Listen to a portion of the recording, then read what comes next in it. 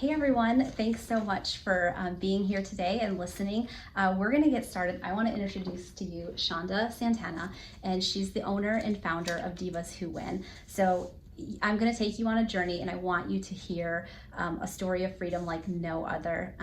It reads like a Lifetime movie. Victim of sex trauma, domestic violence, divorce, addiction, mom to six, and just her own daughter, rescuing her own daughter from being trafficked.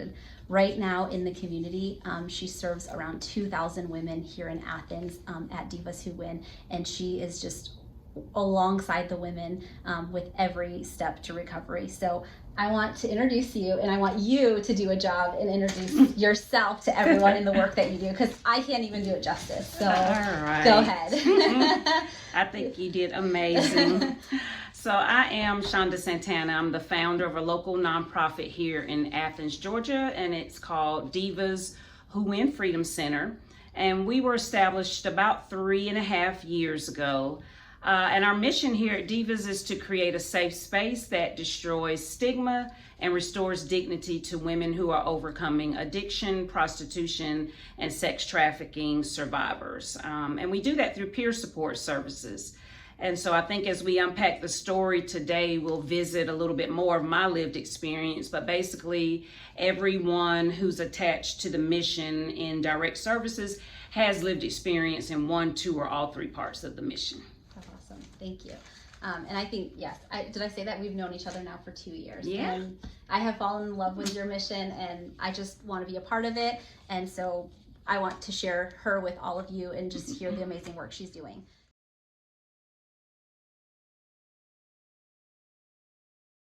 So Shonda, can you give me a glimpse of what life was like 15 years ago for you? Just take us back to those times and what was happening in your life. So 15 years ago, I was really caught in the web of the disease of addiction. And if I rewind the tape back another 10 years, 10 years ago, I'm sorry, it would be a total of 24 years now, I came away from the sex trade. And so there's a difference between trade and trafficking. In the trade, you always have control over your money and the services that you perform. There's no one manipulating or coercing or taking from you, whereas trafficking is the opposite of that. So pretty much my childhood trauma prepped me to enter the industry that I did when I dropped out of high school. So at that age, it was pretty young, 26, I just had this amazing awakening that really began my healing journey. But along with that, as I mentioned, there was some childhood trauma. I hadn't really ever just sat down in that space, you know.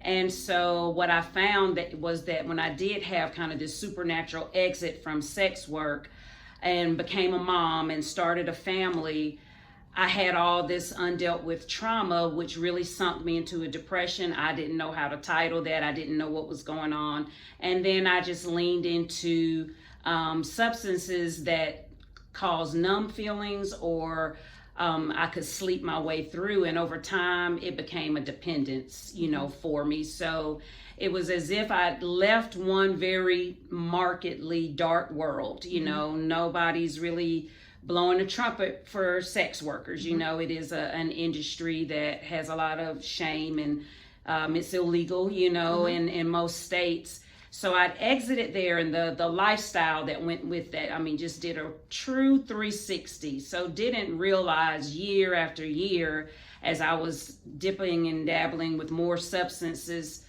and I wasn't involved in criminal activity, I had a way, I was what you call a binge addict. So I could not use any substance for 6 months and then use substances for 6, 7 days or 2 or 3 weeks. You know, I could come in and out of it, in and out of it. And over time, it just progressed, you know, it progressed. And you had how many kids at the time when all of this was happening? Yeah, 6 children, Wow. 6 children. So 15 years ago, they would have been, and I believe my eldest was 15 or 16, and my baby was maybe 2 or 3 years old.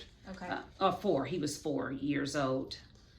Wow. So it was not a good time when you look back on. It wasn't, and I think part of the struggle was now I was a productive member of society. You know, that history from age 17 to 26, dark world, keep it away. We had our own community, Yep. but now here I am married, here I am on this faith path, and why can't I pray this away? You know, why am I not getting relief from this? So it was very hidden, and Yep. it was very isolated and a very lonely place. Wow.